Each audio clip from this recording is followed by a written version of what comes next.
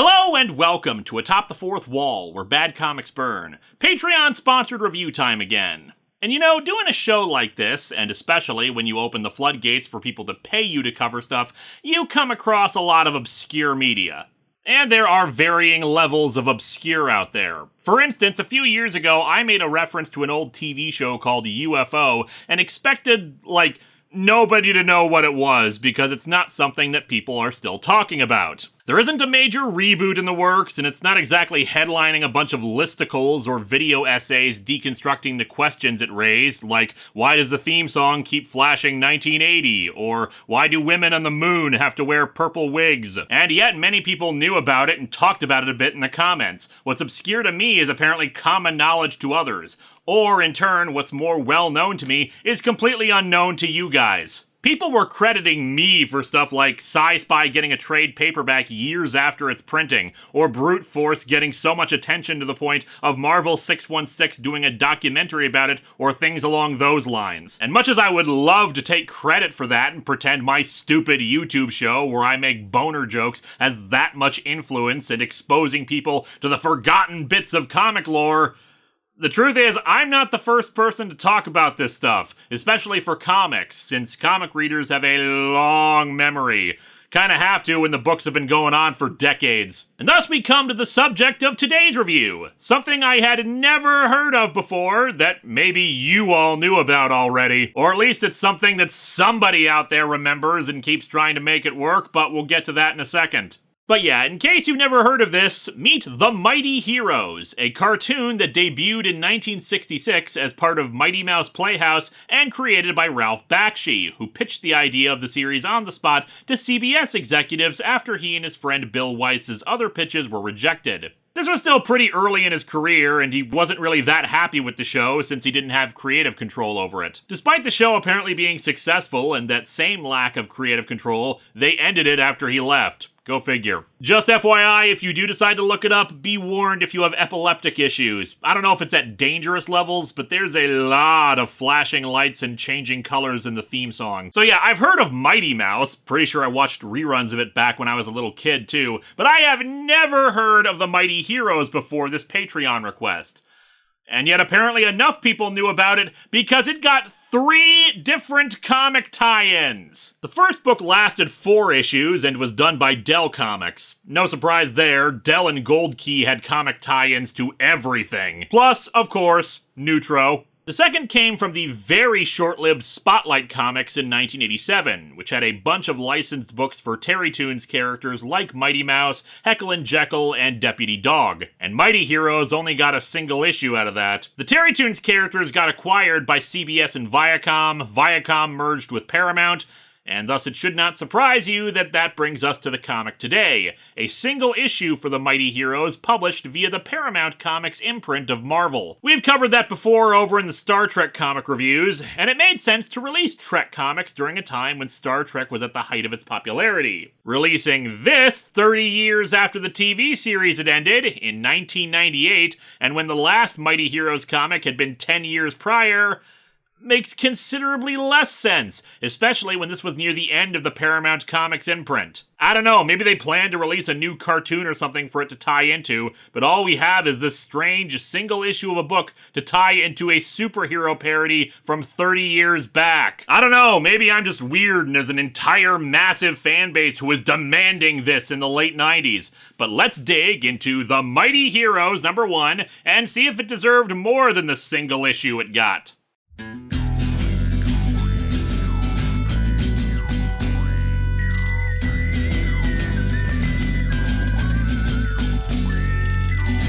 Welcome to Atop the Fourth Wall, where bad comics burn.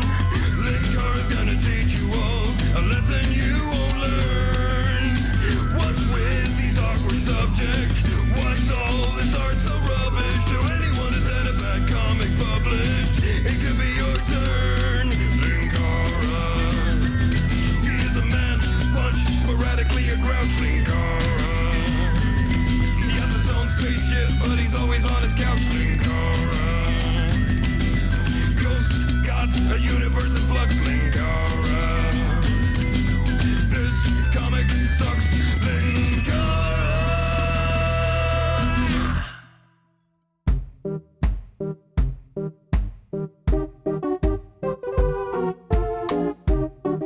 cover is okay, the titular mighty heroes all grouped together and flying through the air. In case you're wondering, said heroes are Strong Man, Diaper Man, I can think of at least 2 things wrong with that title. Cuckoo Man, Rope Man, and Tornado Man. They usually leave him out of disaster relief operations. It's not good optics. Due to public outcry, they're back! Actually, there was a miscommunication. The outcry was for the Mighty Crusaders, Archie Comics' superhero group. Holy crap, we're gonna get a Riverdale-esque dark reboot of them next, aren't we? We open with Cuckoo Man in his civilian identity talking to us. You, yes you, the one who is trying not to get caught reading the book instead of buying it. Comic books are meant to be purchased and then shoved into a Mylar bag. No idiot reads these things. I kid, of course. It's a joke on people who would just read a book in the shop without purchasing it, which is a debate for another day. But it is weird to include since it kind of implies no one would actually buy the thing. How would you like to read the heretofore, never before revealed origin of the Mighty Heroes? I don't know about the others, but I'm guessing Diaper Man? Vietnam War vet? No thank you. Really? Why not? I mean, you're here, aren't you? Not every day that the reason you're hearing about a superhero origin is, I got nothing better to do.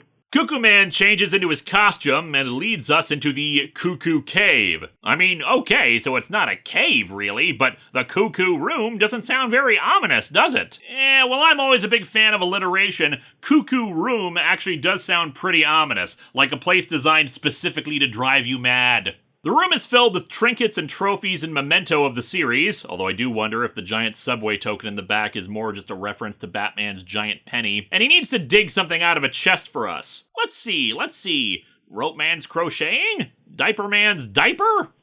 Why do you have that? He finds what he's looking for, an old film reel. Now, aren't you glad you stayed? Really? Well, shush anyway, I love this part. Oh god, it's gonna be an old stag film that he and Rope Man made. No, actually it shows off how a weatherman named Dusty Storm in the city of Goodhaven had detected a living meteor coming to Earth to crash into it. Man, the English translation of Hellstar Ramina changed a lot. He reported this to the local government. Like any responsible town leaders, they led accordingly. Run for my life! Me! Save me! I'm the government. I'm the government. I'm the reason nothing works. The residents of Goodhaven quickly started evacuating, to the delight of some weird creatures in the shadows. During the evacuation, the future strongman, aka Gomer Steed, is working underneath a car that someone quickly steals right from over him. Now, why would a person want to steal Mortimer Moore's car? Him being such a nice fella and all. Poor guy doesn't know about Mortimer's drug cartel. Actually, Mortimer is the civilian identity of our dear Cuckoo Man, who soon shows up in horror that he has no way to return the rare birds he has with him to the rare bird shop. Again, drug cartel, those are actually fake birds full of cocaine. Both soon spot the panicky mob of people trying to flee, having no idea what's going on. Nearby, at the pier, Sailor Chap Goodley, the future rope man, is in the process of tying some ropes when he's almost trampled by the mob. Dusty Storm, who it turns out is the future Tornado Man, helps him up and soon meets up with Gomer and Mortimer, explaining about the malevolent meteor. Unfortunately, that's not the only threat, as the weird creatures from the shadows reveal themselves as 3 villains. You meddlesome fools! You don't know enough to flee when you had the chance! Are they meddlesome, or is it just that you suck so much that you can be stopped by people not running away? They say they chose to attack Goodhaven because of the lack of superheroes to help innocent bystanders. And superheroes in other cities can't come to help out, jurisdictions and all that. However, before they can even contemplate what the hell is going on there, they spot a baby in a crib that's rolling down the street. The future Diaper Man. Look, a baby! He must have been abandoned during the evacuation! And of course, the 4 leap in to help. Don't worry guys, the Power Rangers have got this covered. They're used to horrible civilians not helping out-of-control baby carriages. They soon rescue the baby. Spotting the meteor about to hit them, the 3 villains flee. And the meteor crashes right on top of our heroes. Okay, I know I should be making a dark joke relating to them all being dead now and the actual cartoon being like a form of hell for them or something, but really I'm stuck on the fact that the entire city evacuated despite the meteor apparently not really being that dangerous. Only took out a small area in a park or something. I mean, as we can see, the impact would have still been bad, but not enough for the massive panic we saw. Anyway, the five are indeed alive, and now wearing costumes. Radiation, alien powers, descended from gods. Pfft, just get a big rock to hit you. That'll give you superpowers. Even give you the clothes, too. Diaper Man can now talk and points out that they all can fly, the group soon even giving each other their superhero names. The villains try to flee even more, but the inexperienced mighty heroes are able to deal with them fairly quickly. Realizing that they now have superpowers, Strongman finds the remains of the meteor, which is now considerably less malevolent. I come from a race of beings that grant mighty powers to the bravest, strongest, most loyal, kind, and caring living beings on any particular planet, and we do it by crushing them with our bodies. You know, I just realized there might be a flaw in our strategy. Apparently, this time I messed up. Do me a favor, don't tell anyone. How did you mess up? They all went and rescued a baby. Sure, maybe these guys aren't the absolute superest, bestest people in the world, but that line implies these guys are assholes. The meteor being disappears because narratively they serve no more purpose. Just assume that the film reel showing all this has some film skips in it or something. Strongman wonders if this means their powers were a mistake, but Diaper Man disagrees, stating that this is an opportunity to be the bravest, strongest, etc. on Earth. They all join hands and declare that from this day on, they will be the Mighty Heroes, and get tangled up in Rope Man's body. So, does Rope Man still have, internal organs? And so the story ends with the other team members arriving in the Cuckoo Cave, saying that that's not how it happened at all, having their own film strips that they want to show off, and they proceed to just trip over each other. And no, it's not the end of the comic, this is actually an anthology. Next up is, sometimes you feel like an astronaut, sometimes you don't. I don't care if they're space-themed or not, Mounds and Almond Joy are still the worst candy. A parade is being thrown in honor of the Mighty Heroes, and it's being visited by some kind of weird blue alien thing.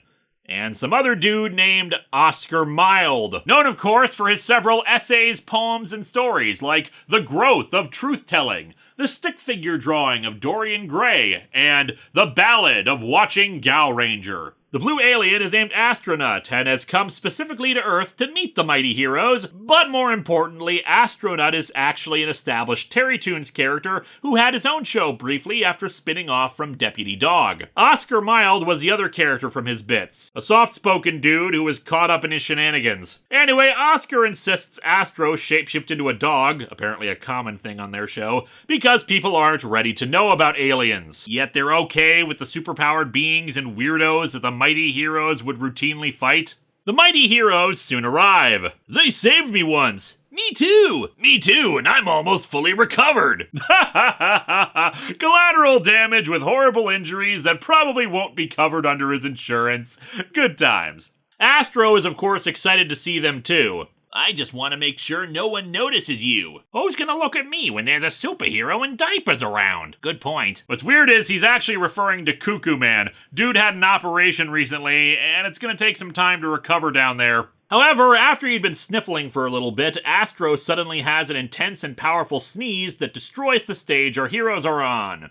And he grows giant-sized. I don't know, guys. I don't think that Godzilla vs. Astronaut is the right way to continue the MonsterVerse movies. When a bystander calls him Sneeze-O-Doom, the Mighty Heroes decide to attack. However, it seems that Astronaut's sneezes are also warping reality a bit, since when he sneezes on the heroes, they all transform into potted plants. As you do. Another sneeze brings everything back to normal, and he tells Oscar that he must have contracted a cold, which is messing with his morphing abilities. This is a weird adaptation of War of the Worlds. Another sneeze and back to giant size, where the heroes try to attack him once again, but he just keeps shifting size for a bit. Oscar finally reaches the heroes and informs them of Astro and how he's a huge fan of theirs. I'm only telling you this because I know you'll understand. And they start laughing out loud. Okay, so maybe the meteor was correct and these guys are just a bunch of assholes. Because he can sneeze again, Rope Man pinches Astro's nose and they all have a good laugh about this, ending with the heroes all taking care of Astro to treat his cold. So hey, they're not all bad. Next up is Monumental Mess, where we see the heroes standing in front of Mount Rushmore trying to pose pose for a photo. All right, everyone, say moldy dairy products, Burger King chocolate shakes. As you can see, though, Cuckoo Man shot the photo upside down and used up their last photo. Naturally, this should not matter at all, but hey, wacky hijinks, and they're supposed to be stupid, I guess. Diaper Man is upset because apparently this latest mishap means that their goodwill tour for Goodhaven's Chamber of Commerce is a complete flop. I mean, if the only goal was to take a picture in front of Mount Rushmore and nothing else, at least nothing else mentioned in the comic, then yeah, it is. A nearby tourist says he can take a photo of them with his own camera. But it turns out this is a villain, the Monumentor, whose camera blinds them. And your days of posturing as the nation's mighty heroes are over! Our forefathers are the only heroes we need, you posthumous slime! The natural conclusion to Alex Jones's career.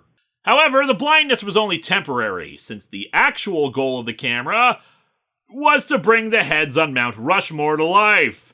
Given the giant heads on tiny bodies, I kind of expect something more like this to happen. The 4 president heads pose. Oh no, ninja stances! What's our defense against Ding-Fu forefathers? The only thing that can defend against giant-headed stone presidents. Ninja-style dancing!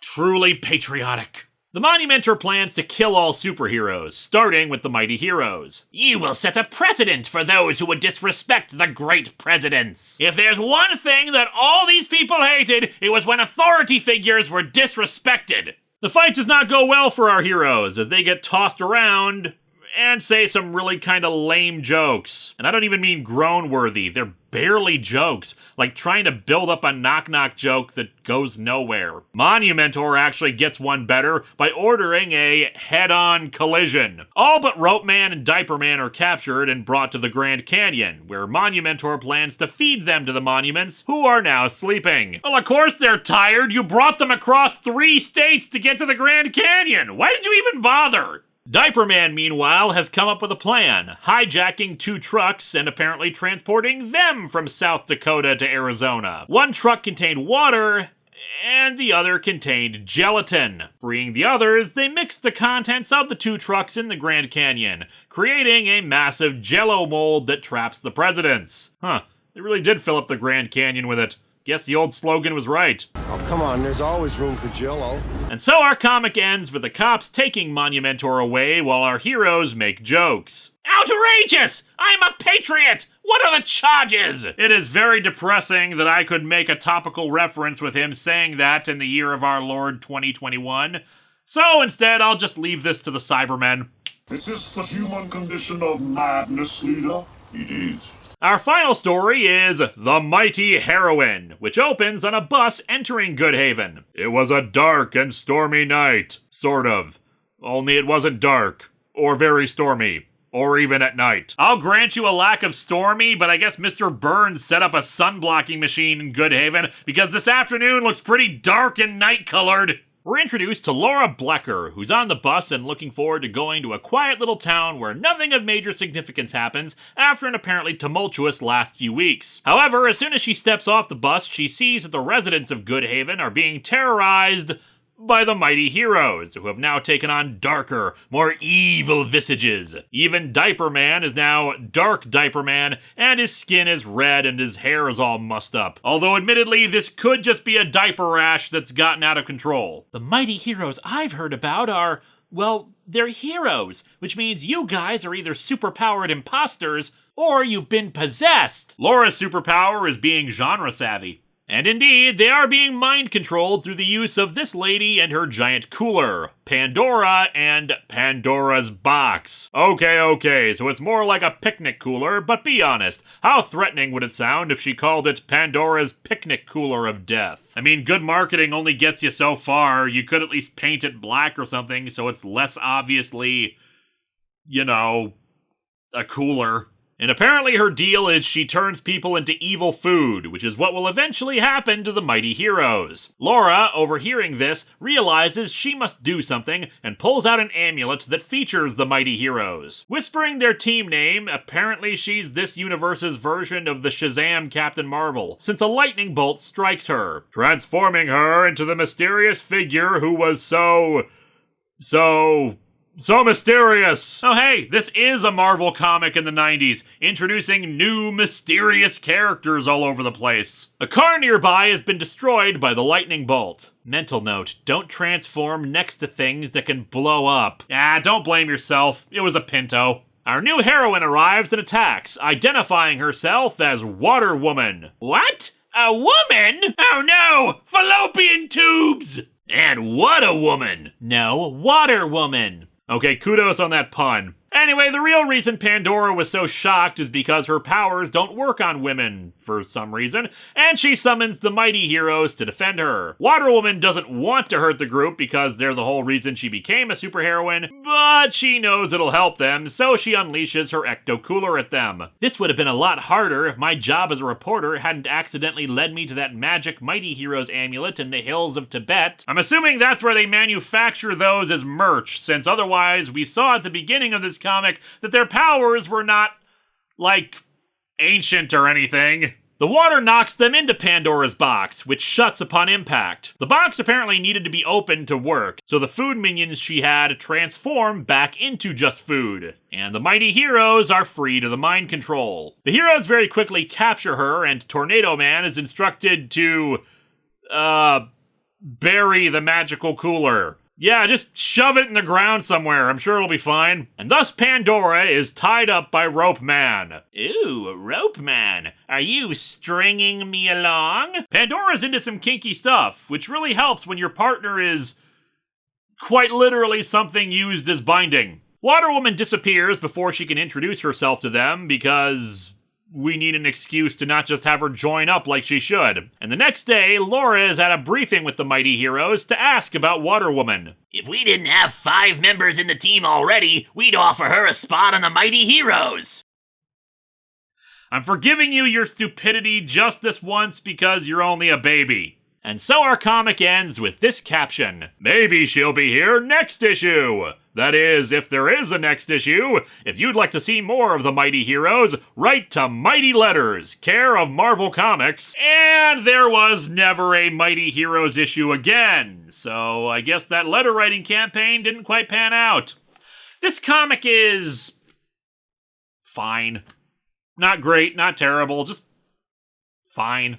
It's not super funny, it's only amusing for a bit with a few chuckles throughout, but it's not bad or anything, it's just there. As an anthology, I tend to judge on each individual story, but they're all just fine. The origin is incredibly goofy, but fits with the aesthetics and mood of the cartoon. Astronauts' crossover with them is silly and fairly fun. Monumental Mess is, ridiculous, but you kind of expect it to be, and the Mighty Heroine would be a great introduction to a 6th member of the team that could use some women on it. It's probably got the most consistently decent jokes and atmosphere out of all 4 stories, and is just overall good.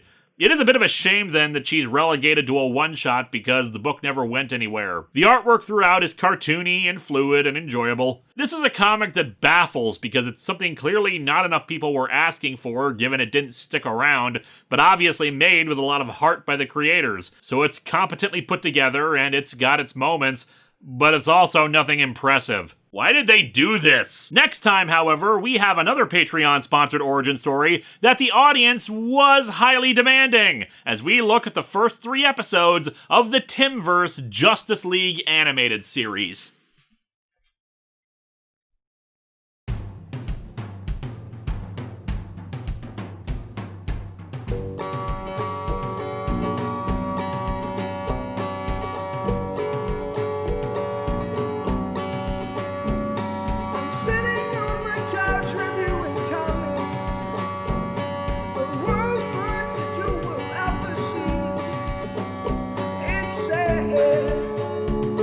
That comic